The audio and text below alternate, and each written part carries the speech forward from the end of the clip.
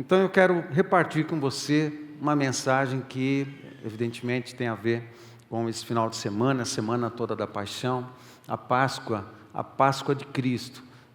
Tudo começou lá em Êxodo capítulo 12, a primeira Páscoa, mas nós vivenciamos e convivemos com a verdade da Páscoa de Cristo, né? Na verdade, o que aconteceu lá em Êxodo capítulo 12 era um tipo profético, era um sinal daquilo que de fato haveria de acontecer, o livramento, a libertação a partir do sangue do Cordeiro de Deus que tira o pecado do mundo, de maneira que esse poder, a vigência desse poder continuasse permanente. É o que acontece com o sangue de Jesus, né? Um cordeiro tinha que ser sacrificado toda vez, mas quando Jesus foi para a cruz do Calvário, e Ele foi a oferta definitiva por todos os nossos pecados, então essa é a Páscoa. E o seu poder continua vigente, a sua bênção continua vigente, essa verdade, essa mensagem continua sendo vigente, vivenciada e pregada pela igreja de hoje, todos nós. Amém, queridos? Mas vamos caminhar um pouquinho. Eu quero mostrar para você um pouco sobre mostrei um quadro a semana passada para você da Semana da Paixão. Eu quero mostrar para você um quadro que fala da primeira Páscoa lá em Êxodo capítulo 12, que de alguma forma, pertencendo à antiga aliança, é sombra daquilo que haveria de vir, é sombra que se cumpriria, a essência é Jesus Cristo.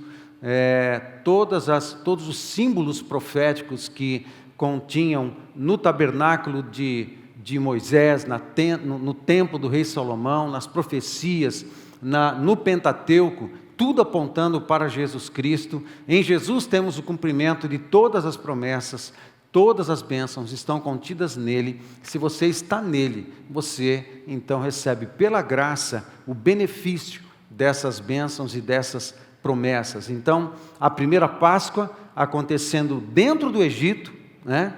E Deus orientou Moisés a orientar o povo, e esse registro todo está em Êxodo capítulo 12, mas passando já para a primeira ceia, vamos dizer assim, que é a ceia de Jesus, aquela que ele celebra com os seus discípulos, na semana da paixão, ou na quinta-feira. Alguns pensam que é na quarta, mas a gente pensa que pode ser na quinta-feira, muito mais provavelmente.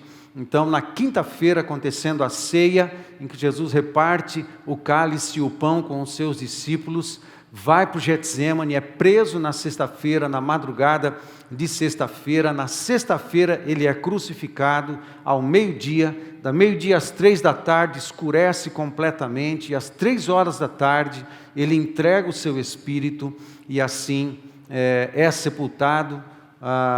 E no domingo ele ressuscita, né? Basicamente é isso. Eu quero ler com você o texto de Êxodo capítulo 12, e eu vou mencionar várias coisas que você já conhece da história da Páscoa, e o que eu gostaria de fazer é ler vários textos da Bíblia, para que esses textos, a gente relembre os próprios textos bíblicos, falando sobre as verdades maravilhosas da Páscoa de Cristo, que nós vivenciamos. Amém, queridos? Então, acompanhe a leitura que eu vou fazer de Êxodo capítulo 12. Você pode abrir a sua Bíblia, os textos não estão projetados, então você pode ir abrindo a sua Bíblia aí. Eu vou ler a partir do verso 7, em Êxodo capítulo 12, e diz assim: tomarão do sangue e o porão em ambas as ombreiras e na verga da porta, nas casas em que o comerem.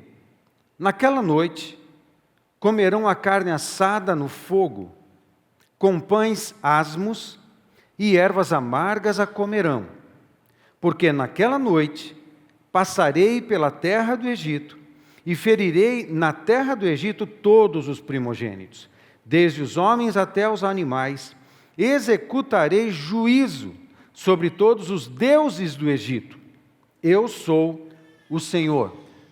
Quero fazer uma pausa aqui. As 10 pragas já estavam acontecendo. Essa era a preparação para a 10ª praga. que lamentavelmente tinha a ver com a morte dos primogênitos. E é interessante o verso 12, quando no texto diz que executarei juízo sobre todos os deuses do Egito. Por que de Deus endurecer o coração de Faraó? Porque a questão não era apenas tirar o povo do Egito, colocar a caminho no deserto, em direção da terra prometida. O que de fato estava acontecendo era uma grande guerra espiritual. Os principados do inferno, as autoridades da maldade, eles estavam todos instalados sobre o Egito. Na verdade, é uma coisa interessante isso. Quando o homem entrega o domínio da terra para Satanás, o homem não foi criado como detentor da posse do planeta ou do universo, da obra criada. Tudo isso pertence a Deus. Mas quando o homem foi criado, Deus dá para ele o domínio do planeta, ou seja, deu para ele uma concessão para ser o administrador de todas as coisas criadas. Ele recebeu autoridade para fazer isso, uma autoridade delegada do próprio Deus, para exercer governo sobre todas as coisas criadas, aqui por essas bandas, onde os demônios tinham sido lançados, e havia deformação, e precisava de uma obra redentiva. Portanto, o homem foi criado como um instrumento de redenção, como um corregente da parte de Deus, um corregente da parte dos céus, ser um instrumento de cura e um instrumento de restauração sobre todas as coisas que tinham sido deformadas no universo da criação, onde esses demônios estavam. Então, ele começa uma obra, recebeu poder, autoridade para exercer essa missão. No entanto, quando ele peca, é como se ele entregasse o domínio, esse poder e essa autoridade para Satanás. Quando ele peca, ele rompe a aliança com o Criador e faz uma aliança com Satanás. E exemplo disso é quando Jesus está no deserto sendo tentado, logo depois do batismo. Satanás aparece para Jesus e tenta Jesus em 3 áreas. Tenta primeiro com pão, depois levando ele até o pináculo do templo. Primeiro, uma tentação relacionada ao corpo. Segundo, uma tentação relacionada à própria alma. E terceiro, uma tentação relacionada às dimensões do Espírito. Primeiro pão, depois lança-te, se você é mesmo, lança-te. Se você não tem problema com a sua identidade, lança-te daqui, os anjos vão pegar você e tal. Se você tem certeza de quem você é, questionando a identidade, ou seja, tentando a alma do Senhor Jesus. E por último, ele tenta a Jesus, oferecendo todos os reinos da terra, dizendo: eu tenho poder sobre tudo e eu posso dar a você se você prostrado me adorares. Adoração é algo espiritual, nós todos somos seres espirituais, fomos feitos e criados para a adoração. Fomos feitos e criados para a adoração. Aquele que é adorado exerce governo. O homem foi criado para o louvor e a glória e a adoração do nosso Deus. Adorando ao Senhor, ele exerceria governo, mas quando ele rompe e quebra a aliança com Deus e faz aliança com Satanás, de alguma forma, nasce a idolatria, e todo esforço de Satanás para toda a raça humana é fazer da raça humana idólatra, ou seja, adorador de Satanás, adorador de pessoas, de entidades, de nomes, de coisas, de árvores, de natureza, de animais.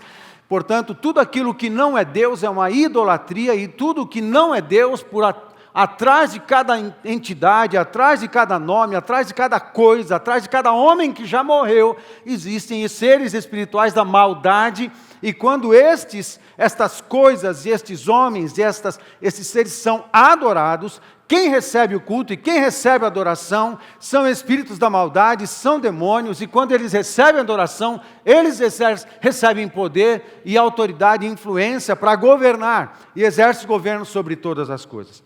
Tudo foi entregue para Satanás por nós, pela raça humana, quando cometeu pecado ali. E quando ele diz, eu tenho direito sobre todos os reinos da terra, todos os reinos da terra, não há exceção, todos os reinos da terra estão debaixo da influência de Satanás. Todos os reinos da terra estão debaixo da influência do espírito do anticristo. Portanto, mesmo que sirvamos à sociedade, façamos trabalhos servindo à sociedade, mesmo que exerçamos o serviço público, um papel servindo a nossa sociedade, o sistema, lamentavelmente, é corrompido. E nós, aonde estamos, devemos ser instrumentos de cura e de restauração, mas principalmente instrumentos da proclamação do reino de Deus, porque o mundo não será curado antes da segunda vinda de Cristo. A segunda vinda de Cristo é que vai promover a transformação do planeta, a transformação de todas as coisas, a cura e a restauração de todas as coisas. É a segunda vinda de Cristo, esse é o nosso alvo. Esse é o nosso alvo. E assim, quando o diabo fala para Jesus, eu tenho domínio, posso entregar para você. Jesus não falou para ele, não é nada disso, você está mentindo mais uma vez e tal. Não, Jesus não refutou, Jesus não contestou, ele sabe. Pelo contrário, num outro texto, nos evangelhos, ele afirma que o mundo jaz no maligno, o mundo está morto no maligno.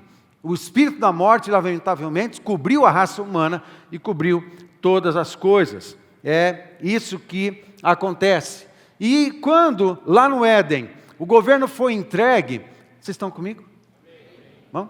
O governo foi entregue para Satanás, aconteceu que a idolatria foi dando força e fortalecendo os espíritos da maldade sobre as regiões celestes, onde essas autoridades espirituais governam.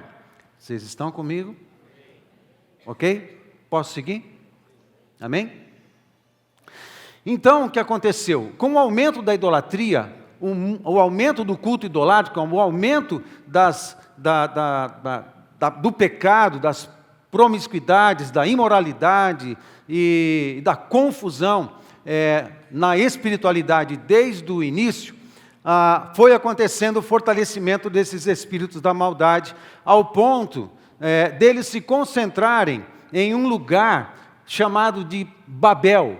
E esses homens que moravam em Babel resolveram construir uma torre com a intenção de chegar ao céu e destronar Deus, alguma coisa assim. Levantaram um zigurate, que é uma grande torre, parece uma grande pirâmide, e eles tinham a intenção de tocar o céu, evidentemente, para se estabelecer governos, e assim foi construindo uma grande torre, que nós conhecemos como a Torre de Babel. Parece que havia uma concentração de poder maligno naquele lugar, mas quando Deus interfere e espalha as línguas e multiplica as línguas em toda a raça humana, acontece uma separação. Com a separação e enfraquecimento, eles se espalham pelo mundo e se juntam conforme a identificação de cada um falando a mesma língua, e assim há o enfraquecimento de tudo isso. Com o passar do tempo, parece que a Torre de Babel, por algum momento, se transformou no QG do inferno na terra. E ali estavam concentrados todos os poderes da maldade. De repente, a sociedade foi se organizando ao ponto do Egito se transformar o QG do inferno na terra. E havia uma concentração de forças malignas no Império Egípcio. Ele era um império que era mundial. Ele exercia poder e influência praticamente todo mundo antigo. E havia muita inteligência assim, havia muita tecnologia assim, havia muita coisa. Então havia um poder das trevas naquele lugar, e a espiritualidade egípcia, ela foi tão forte, tão influente, tão de alguma forma poderosa, que até hoje, há estudos, existem pesquisas e você encontra a influência da espiritualidade egípcia praticamente em todo o planeta. Não sei se você sabe, a capital da nossa nação é feita em cima de uma planta, de uma das capitais do Egito. Quem sabe disso? Quem sabe disso? Ok? Deixa eu falar para você. Você pesquisa depois aqui. Eu preciso voltar a falar da Páscoa, porque senão, né? Mas rapidamente eu digo para você o seguinte: a planta em que foi construída a capital, Brasília, ela foi construída em cima de uma planta de uma cidade, uma capital egípcia, da 18ª dinastia, chamado Aquitaton. Aquinaton. E o faraó, nessa época, era um cara chamado Aquitaton. Pesquisa depois. Esse faraó, ele promoveu, por incrível que pareça, um monoteísmo no Egito. É uma história muito interessante. A 18ª dinastia dos egípcios foi a mais poderosa e a mais influente de toda a história do Egito. E o Aquitaton, ele foi um dos faraós, né? Que foi da 18ª dinastia. Curiosamente, esse camarada, ele mudou a capital do Egito das margens do rio Nilo para o interior, para o meio do deserto. E ele construiu um mapa dessa cidade, Aquitaton, com a planta de um pássaro que parece um avião. Ok? Que é a ibis. É o desenho de uma ibis. Então ele construiu. E assim ele transferiu a capital, construiu a capital do Egito, transferiu para o meio do deserto e pôs o nome de Aquitaton. Era o desenho de um avião. Curiosamente, Aquitaton morre 14 anos depois da construção e da inauguração de Aquinaton. Ele morre num acidente de carruagem, 14 anos depois. Muito bem.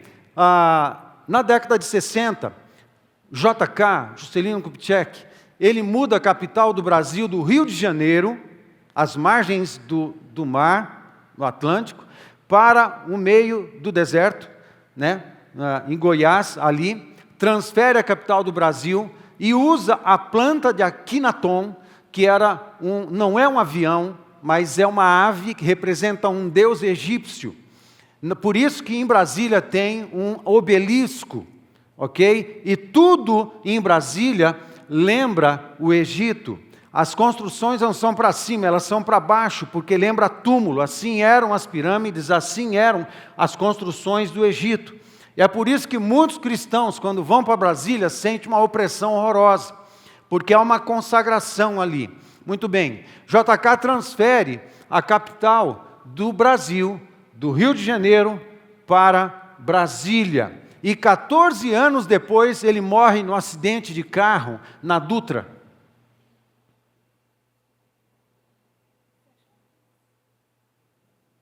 Vocês estão comigo?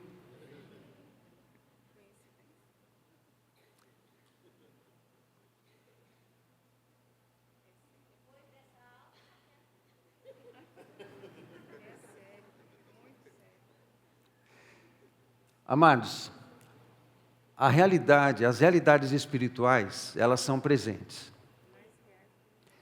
As guerras espirituais, elas são mais reais do que aquilo que você pode ver, o mundo que você pode ver. O mundo que você pode ver te seduz. O mundo que você pode ver te encanta. Satanás usa essas coisas.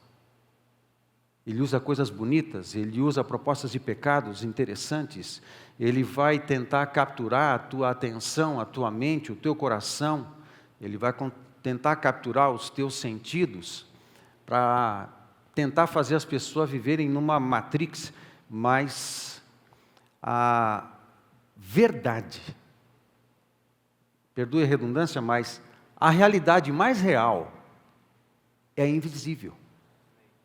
Tudo que veio, veio do que não se vê. Tudo o que se vê, veio do que não se vê. Agora, nós cristãos tivemos os nossos olhos curados pelo Espírito Santo, nos dando a capacidade de entender, de ver o invisível, de perceber e de discernir as coisas espirituais.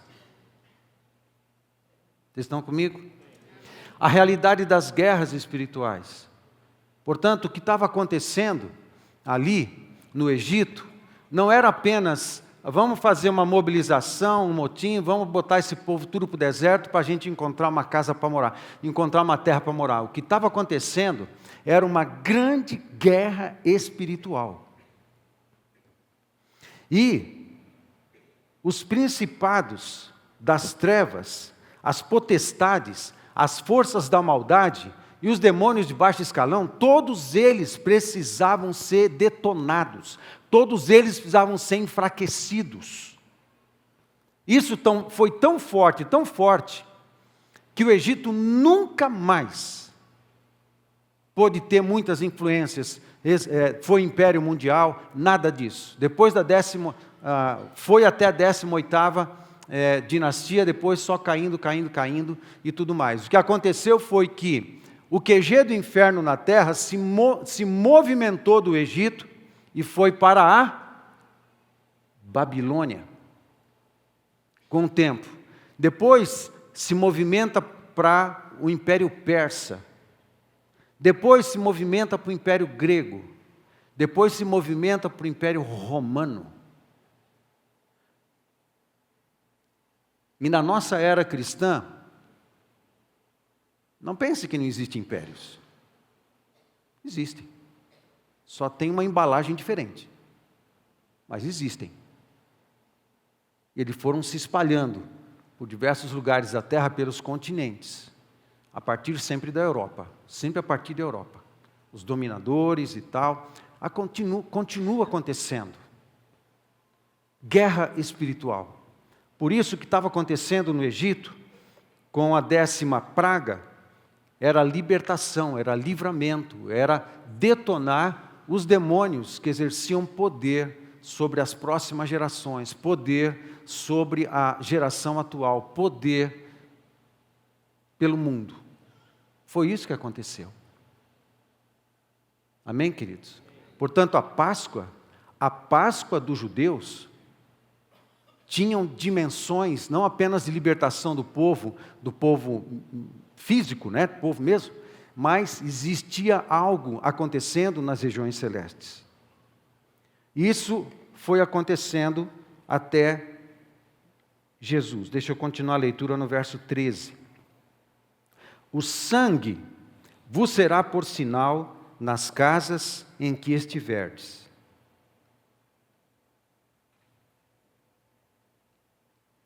Qual a importância do sangue do Cordeiro? Do sangue de Jesus sobre nós.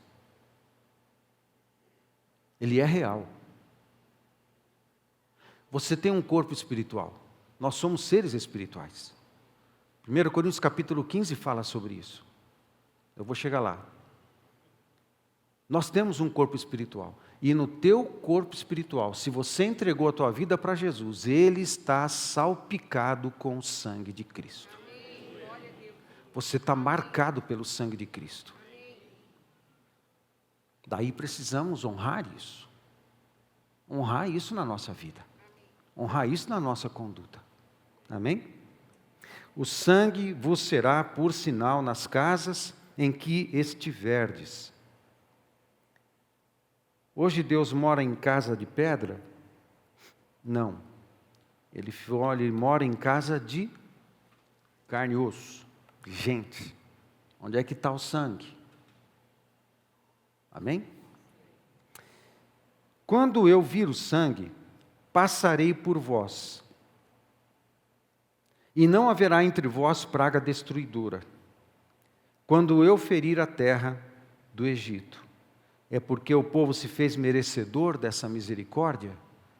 Não.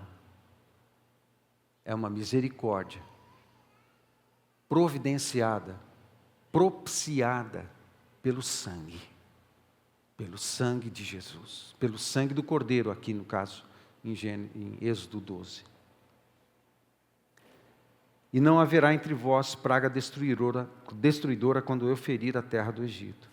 Chamou, pois, Moisés todos os anciãos de Israel e lhes disse: escolhei e tomai cordeiros segundo as vossas famílias e imolai a Páscoa. A palavra pessar em hebraico é passar por cima. O anjo da morte passaria por cima das portas, passaria direto e não entraria na casa onde haveria a marca do sangue do cordeiro. Tomai um molho de isopo. Isopo era uma vegetação que era medicinal também, o povo usava para curas. Molhai-o no sangue que estiver na bacia e marcai a verga da porta e suas ombreiras com o sangue que estiver na bacia. Nenhum de vós saia da porta da sua casa até pela manhã, porque o Senhor passará para ferir os egípcios. Quando vir, porém, o sangue na verga da porta e em ambas as ombreiras, passará o Senhor aquela porta e não permitirá ao destruidor que entre em vossas casas para vos ferir. Guardai, pois, isto por estatuto para vós outros e para vossos filhos, para sempre. E, uma vez dentro na terra que o Senhor vos dará, como tem dito, observai este rito. Quando vossos filhos vos perguntarem: que rito é este? Respondereis: é o sacrifício da Páscoa ao Senhor, que passou por cima das casas dos filhos de Israel no Egito, quando feriu os egípcios e livrou as nossas casas. Então o povo se inclinou e adorou. E foram os filhos de Israel e fizeram isso, como o Senhor ordenara a Moisés e a Arão, assim fizeram. Amém, queridos? E assim, depois disso, na manhã seguinte, eles se puseram a caminho no deserto, em direção à terra prometida. Muito bem, aí nós vamos para algumas observações aqui. Primeiro, o cordeiro sacrificado, seu sacrifício deveria ser total e completo. Serviria como alimento para a família ou famílias.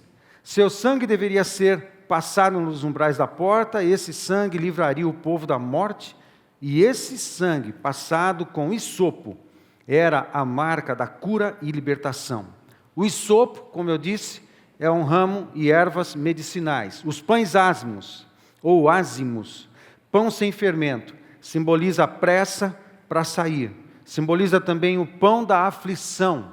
Era isso que os pais ministravam aos seus filhos e à família toda. Simbolizava, os pães ázimos também simbolizavam a necessidade da pureza, a ausência do fermento.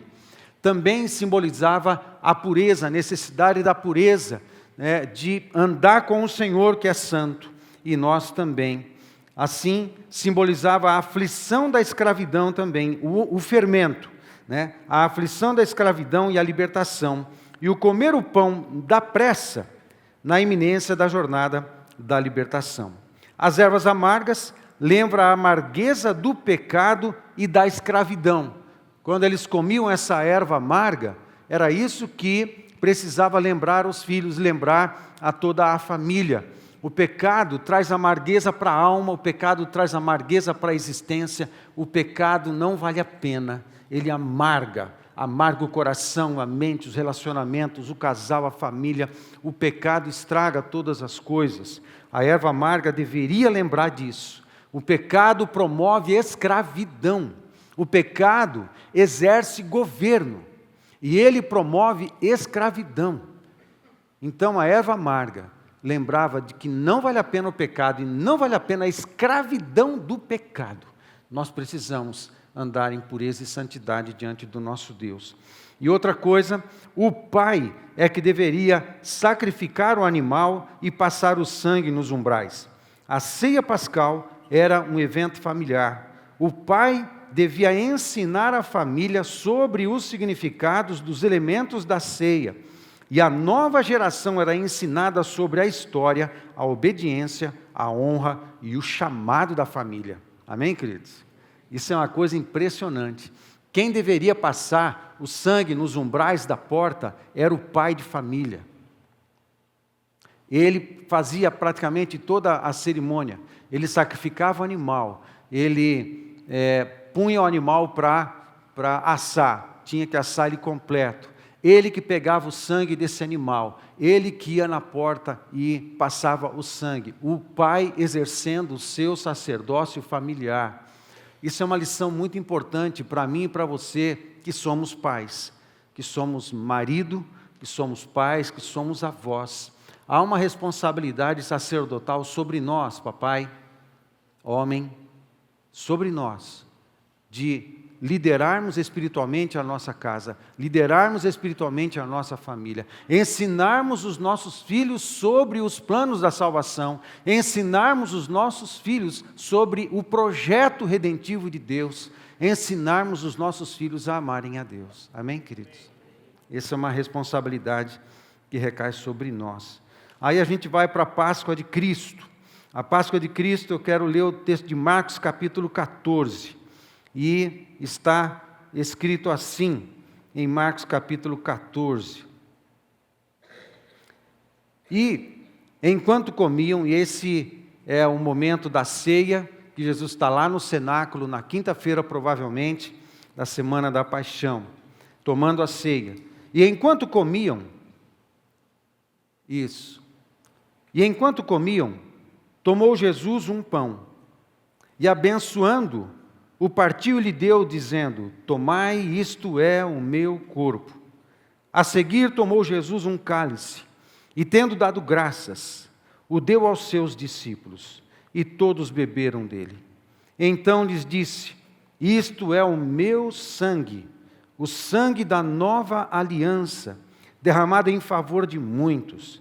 Em verdade vos digo que jamais beberei do fruto da videira até aquele dia em que o hei de beber novo no reino de Deus.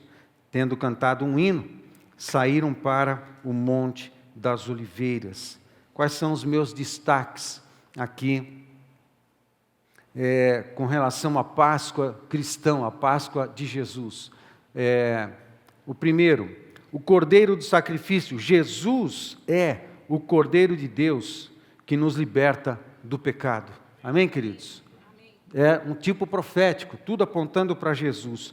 Os ramos de hisopo, que era uma vegetação medicinal, mas Jesus é a nossa cura. Apontava também para a cura que Ele promove na nossa vida. A raiz de todo mal e de toda enfermidade é o pecado. Deus não cria o homem com doença e não cria o homem propenso à doença. O pecado é que deteriora a natureza física do homem e transformou o homem em fraco e propenso para as enfermidades. E toda a sabedoria que vem do céu para cuidar, aliás, toda a sabedoria que há na medicina para cuidar do homem, com certeza vem do céu. Amém? Vem do céu, vem do céu. Somos sacerdotes, cuidando de pessoas, cuidando da saúde do corpo, cuidando da saúde da alma, cuidando da saúde do espírito das pessoas. Esse é um sacerdócio, um sacerdócio que todos nós exercemos. Portanto, Jesus é a nossa cura. Os pães asmos, o pão sem fermento, Jesus sofreu as aflições de nossos pecados para nos remir. Tudo aponta para Jesus também. E as ervas amargas, Jesus sofreu a amargueza do nosso pecado e da nossa iniquidade. Ele sofreu para nos dar vida e vida eterna. Tudo apontando para Jesus, tudo, só que é tudo maximizado, a verdade da redenção, ela é toda maximizada na pessoa do Senhor Jesus Cristo. E quando nós vemos Jesus indo para a cruz, o que está acontecendo também é uma guerra espiritual. A agonia de Jesus no Getsêmani, aquela pressão, aquele ambiente estranho em que os discípulos estavam tomando a ceia, Jesus estava dizendo que ia morrer, eles não entendiam, Mas de repente o tempo começa a fechar, as coisas ficam mais angustiantes, as dúvidas, as perguntas que os discípulos faziam para Jesus, e Jesus abatido porque ele estava se aproximando, entendemos, em parte entendemos, mas que na proximidade da cruz, o que vinha acontecendo é que a carga da iniquidade de todos os nossos pecados parece que começou a ser intensificada. Talvez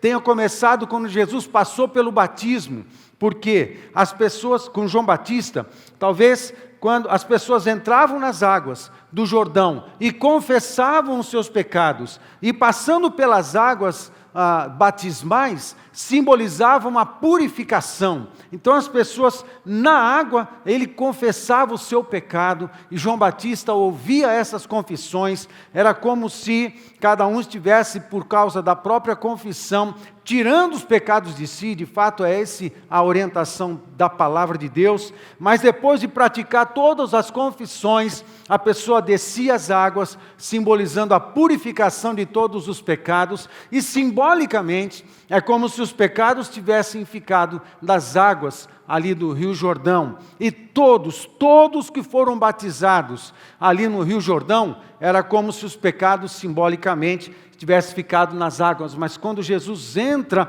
nas águas do Jordão, ele não tinha pecado nenhum para confessar, então ele é batizado para cumprir a justiça de Deus, ele diz para João Batista. Amém? Vocês estão comigo? Mas João fala para ele, não sou eu que tenho que ser batizado. Eu falei assim, João, agora você não vai entender bolhufas, mas faz isso aí que eu estou te falando, porque é para cumprir a justiça. Justiça tem a ver com redenção, tem a ver com pagamento de preço de pecado, tem a ver com remissão, é a justiça de Deus. Aí ele entra nas águas, já que ele não tinha pecado, talvez ele tenha assumido sobre si todas as confissões, todos os pecados, e ele começou a trazer sobre si uma carga, e exerceu todo o seu ministério, assumindo isso, e a carga do pecado e iniquidade. Pecados são os atos de transgressão, errar o alvo que cada um de nós cometemos, mas a carga de iniquidade, a gente pensa em iniquidade como a herança de todos os pecados de todos os antepassados. Então, quando a gente fala, ele levou sobre si nosso pecado e nossa iniquidade, ele levou sobre si os meus pecados, mas levou também a carga de iniquidade dos meus antepassados até Adão. De alguma forma, veio acumulando todos os pecados, toda a amargueza do pecado da raça humana, desde Adão até os habitantes de Jesus, ali na época de Jesus. Tudo isso foi carregado sobre Jesus, e parece que na proximidade da cruz do Calvário, isso começou a ser intensificado. Acreditamos que Satanás já tinha sinais para pensar que de fato aquele Jesus de Nazaré era de fato o Filho de Deus, o Messias, porque ele mesmo já afirmava categoricamente que era, e fazia todos os sinais para provar que era o Messias, e de fato era o Messias. Acontece que Satanás, trabalhando para aniquilar a obra de Deus, para acabar com o plano salvífico da parte do Senhor, ele investiu contra Satanás e contra Jesus de todas as formas que pôde, mas ele não conhecia o coração de Deus, e de alguma forma, quando Satanás ele foi lançado do céu, provavelmente tenha havido também uma deformidade da consciência, ao ponto dele não discernir, não ter revelação do plano salvífico de Deus para a raça humana, que implicava na morte do Cordeiro de Deus que tira o pecado do mundo.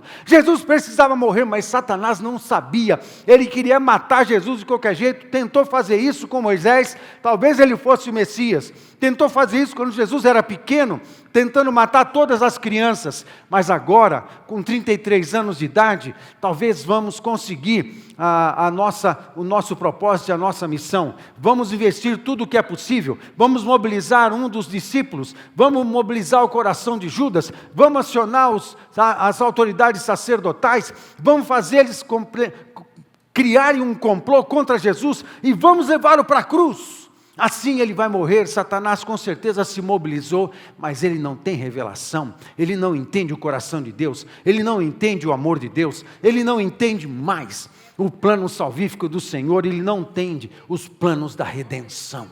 Ele não tem revelação, embora conheça a Bíblia, ele não tem a inspiração do Espírito Santo para discerni-la. E assim ele conduzindo. No entanto, era necessário que toda a carga de todo pecado e iniquidade recaísse sobre Jesus. Isso foi intensificando, intensificando, intensificando.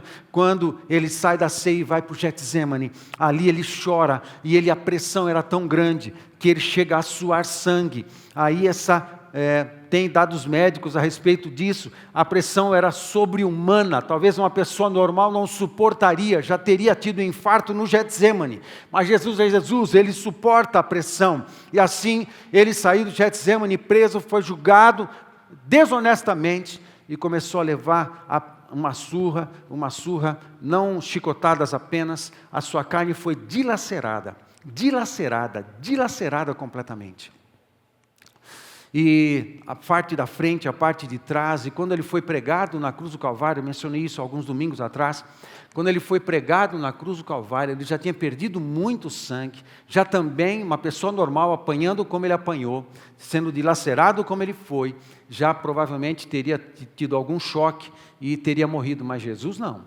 Ele é o autor da vida, e Ele é que entregaria a vida no momento certo. E ele pregado na cruz, existem as 7 palavras, um dia eu vou pregar sobre as 7 palavras da cruz. Ele pregado, pendurado pelas mãos, os cravos segurando os seus ossos, os seus tendões, pregando também sobre os pés, e o peso do seu próprio corpo, pressionando o diafragma, tendo uma horrível dificuldade para respirar. Quanto mais para falar por 7 vezes na cruz. Para poder emitir uma única palavra, ele precisaria suportar o próprio peso novamente, empurrando com os pés pregados e com as mãos pregadas, se levantar para dar espaço para o diafragma, para ele poder emitir alguma palavra. A dor era multiplicada, mas ele precisava dizer algumas coisas, ele precisava sofrer essa dor para atender o crucificado, talvez, que falou com ele, falou, lembra-te de mim quando entrares no paraíso. Ele precisava falar com ele, então ele suportou mais dor para poder emitir algumas palavras, e todas as palavras que ele emitiu na cruz do Calvário, com certeza fizeram ele sofrer demasiadamente com tudo que estava passando, e no momento certo, às 3 horas da tarde, ele entrega o Espírito. Mas o que aconteceu do meio-dia às 3, ficou tudo escuro, há um entendimento, e eu acredito que isso possa ser muito verdade, de que é como se as trevas estivessem naquele lugar. Parece que Satanás reuniu todo mundo, vamos se reunir, o nosso plano está dando certo, Jesus está indo para a cruz, conseguimos libertar o Barrabás, o nosso time, Barrabás é do nosso time, então vamos matar Jesus, está dando certo, chama os demônios, chama os espíritos, chama as potestades, chama as forças do mal, chama os principados de todos os cantos do planeta, vamos nos reunir nesse lugar para assistir a nossa vitória, porque aquele que é o Messias está morrendo, e nós vamos celebrar o império sobre todo o planeta. Nós ganhamos de Deus, nós vencemos Deus. Talvez ele tivesse pensado em alguma coisa parecida com isso, e assim, às 3 horas da tarde, Jesus entrega o seu Espírito. Senhor, nas tuas mãos eu entrego o meu Espírito, e ele morre. Aí tudo as trevas, provavelmente o inferno entrou em celebração, os demônios entraram em celebração. Você sabe o que eles não fazem? Se é demônio, o demônio é tudo ruim, ninguém faz festa, ninguém fica feliz, é tudo um matando o outro, tudo odiando um ao outro, assim que é demônio. Eu não sei como eles fazem festa e não quero nem saber, não me interessa. Acontece que depois que Jesus morre, acontece um silêncio do sábado, todo mundo apavorado, os discípulos em dúvida, todo mundo na dúvida do que de fato aconteceu, o que é que está acontecendo. Mas Jesus tinha falado da ressurreição, ele tinha dito aos discípulos o que aconteceria, mas os discípulos não estavam entendendo toda a obra de Deus. Muito bem, o que estava acontecendo no Calvário, no Monte da Caveira, era uma grande guerra espiritual. Assim como aconteceu na 10ª praga, em que o 10º principado do Egito estava sendo destronado, moído, detonado.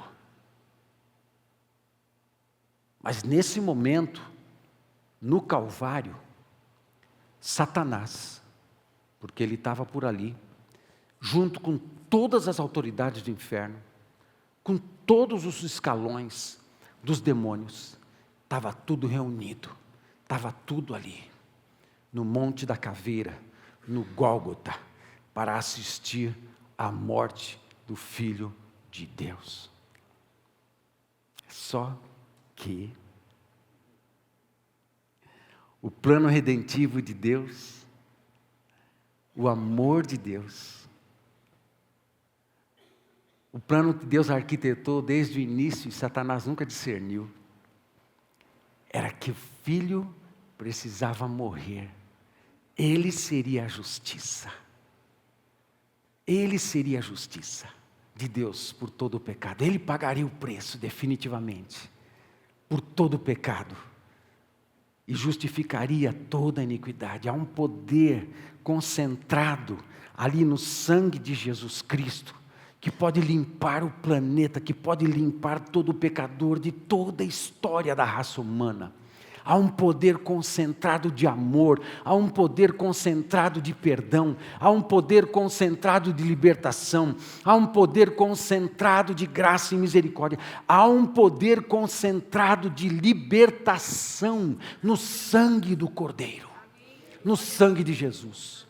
Quando esse sangue foi caindo na terra, foi manchando a terra, foi sendo ministrado na terra e foi morto, ele entregou a sua vida. O que está acontecendo, na verdade, era a vitória cabal contra todo o império das trevas, todo Satanás, toda a força, o poder de Satanás foi ruído, foi para o chão, detonado, perdeu o efeito, não pode mais fazer, não pode mais governar, não precisa. Aquele que está em Cristo não precisa mais ficar sujeito ao governo do pecado.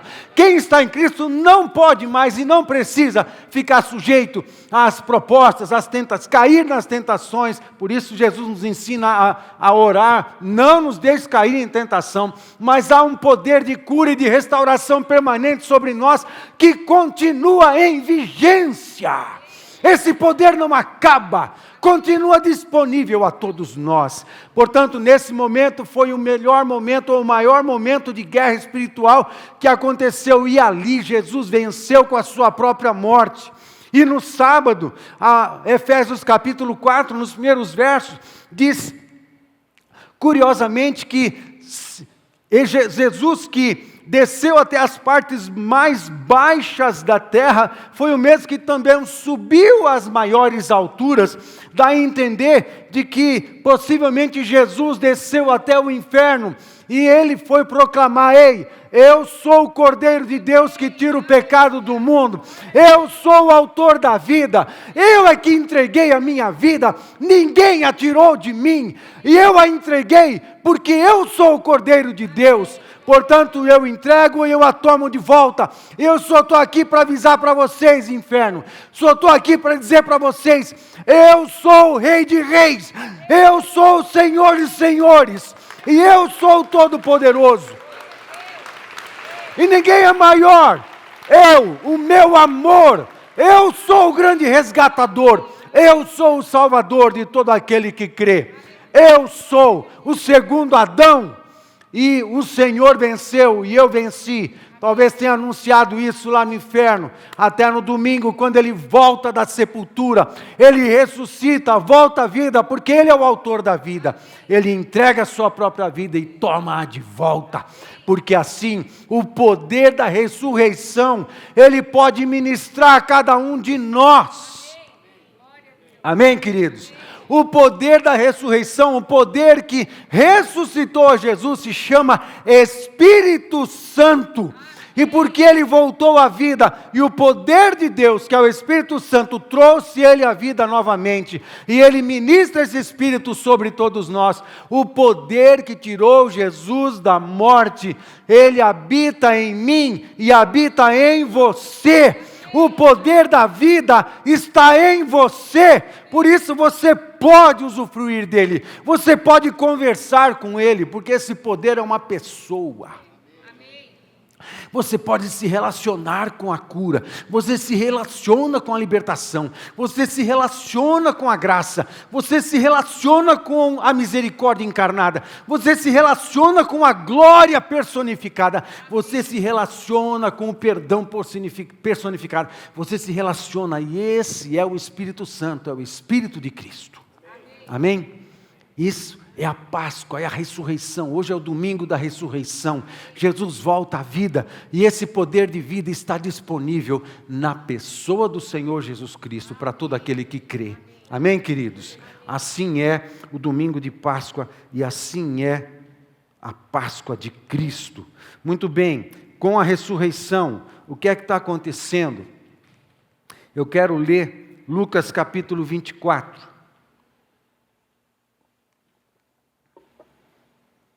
De 1 a 12 diz assim: mas, no primeiro dia da semana, alta madrugada, foram elas ao túmulo, algumas mulheres, levando os aromas que haviam preparado, e encontraram a pedra removida do sepulcro. Mas, ao entrarem, não acharam o corpo do Senhor Jesus. Aconteceu que, perplexas a esse respeito, apareceram-lhe 2 varões com vestes resplandecentes. Estando elas possuídas de temor, baixando os olhos para o chão, eles lhes falaram: por que buscais entre os mortos ao que vive? Ele não está aqui, mas ressuscitou. Lembrai-vos de como vos preveniu, estando ainda na Galileia, quando disse: importa que o Filho do Homem seja entregue nas mãos de pecadores, e seja crucificado, e ressuscite no terceiro dia. Então, se lembraram das suas palavras, e voltando do túmulo, anunciaram todas estas coisas aos 11, e a todos os mais que com eles estavam. Eram Maria Madalena, Joana e Maria, mãe de Tiago. Também os demais que estavam com elas confirmaram estas coisas aos apóstolos. Tais palavras lhes pareciam como delírio, e não acreditaram nelas. Pedro, porém, levantando-se, correu ao sepulcro, e, abaixando-se, nada mais viu, senão os lençóis de linho, e retirou-se para casa, maravilhado do que havia acontecido. Amém, queridos?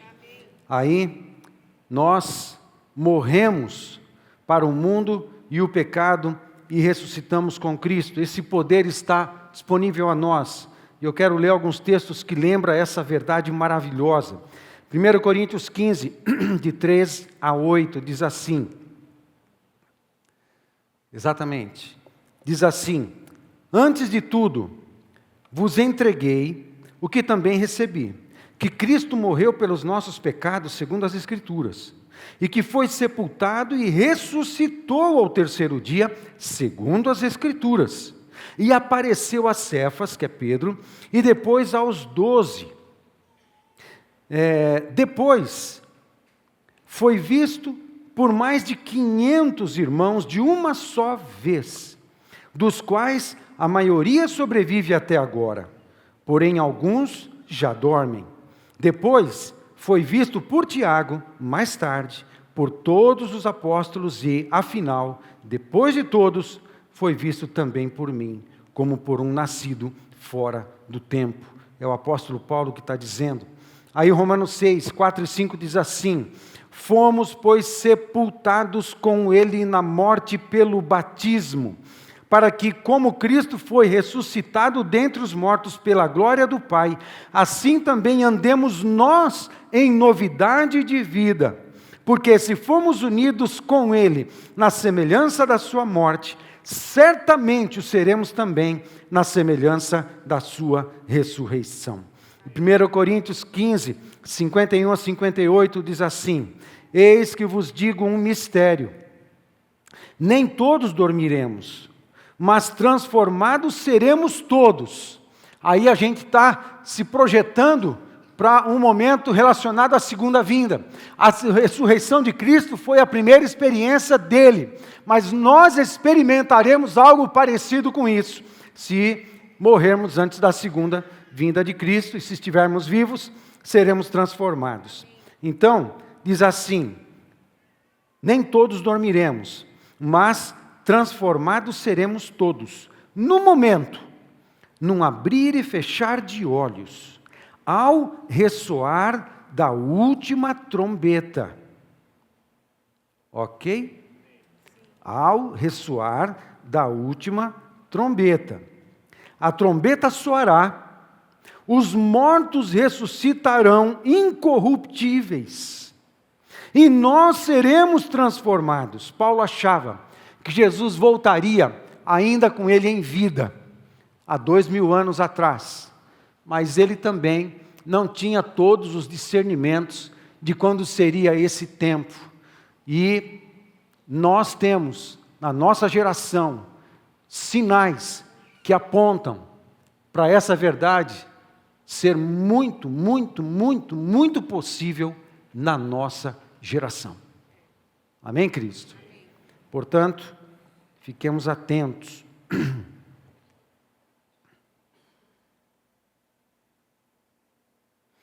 53.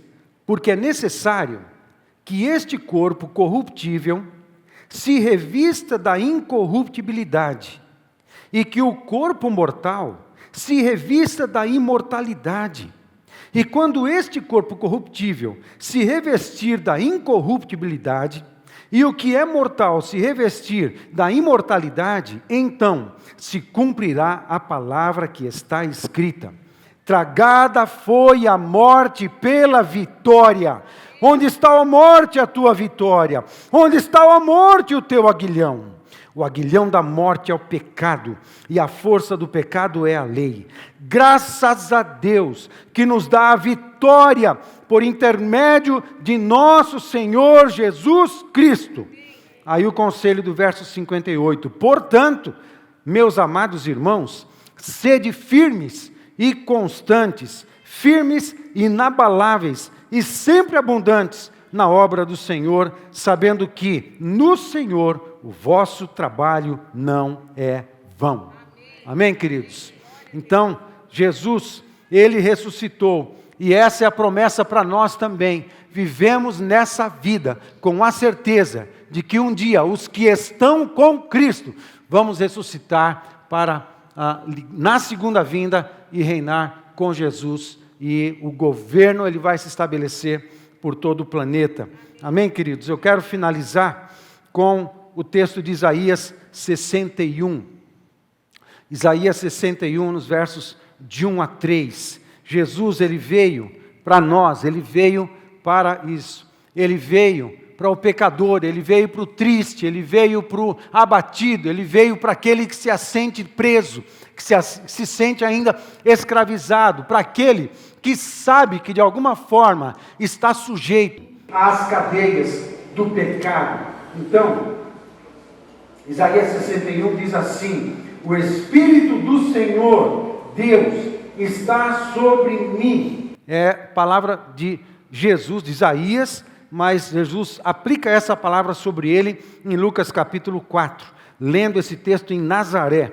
O Espírito do Senhor, Deus, está sobre mim, porque o Senhor me ungiu para pregar boas novas aos quebrantados. Amém, queridos? Aos quebrantados e cativos, cura e libertação, boas novas aos quebrantados. Enviou-me a curar os quebrantados de coração, a proclamar libertação aos cativos e a pôr em liberdade os algemados, a apregoar o ano aceitável do Senhor e o dia da vingança do nosso Deus, a consolar todos os que choram e a pôr sobre os que em Sião estão de luto uma coroa em vez de cinzas, óleo de alegria em vez de pranto, veste de louvor em vez de espírito angustiado, a fim de que se chamem carvalhos de justiça, plantados pelo Senhor para a sua glória.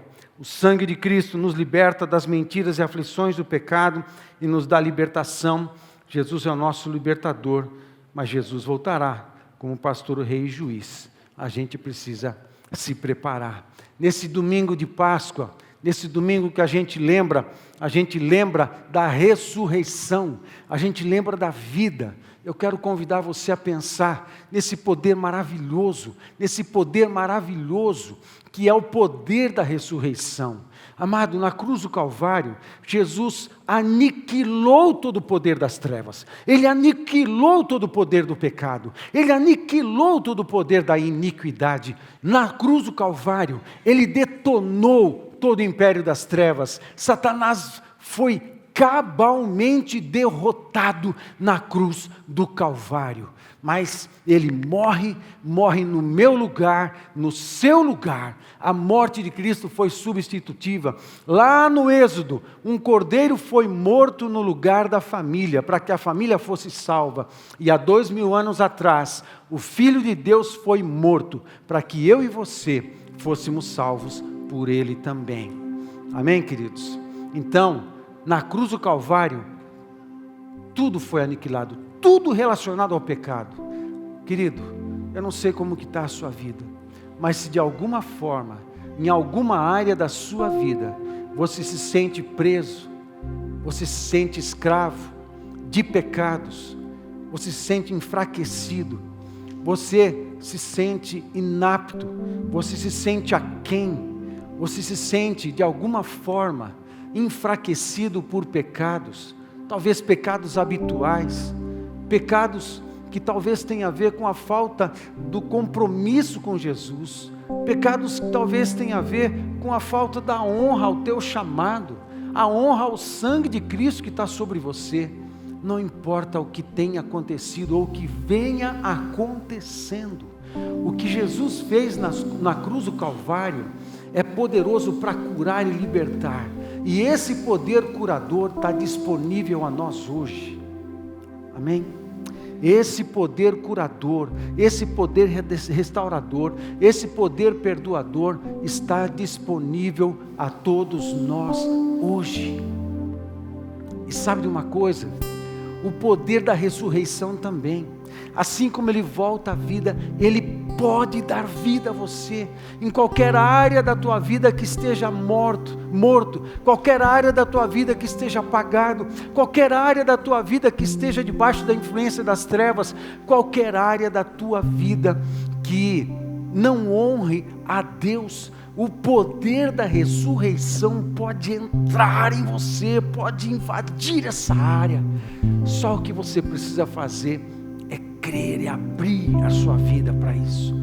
Assim, Pai, eu estou aqui, tem áreas da minha vida que de fato precisa de cura, eu preciso de força e poder para vencer algumas fraquezas e alguns pecados, e eu preciso, e tem áreas da minha vida que precisa de vida, que precisa de poder, precisa de vivificação, e eu quero abrir essas áreas para o Senhor entrar e produzir a vida que eu preciso. Amém, queridos? Abaixa a sua cabeça, por favor, ore.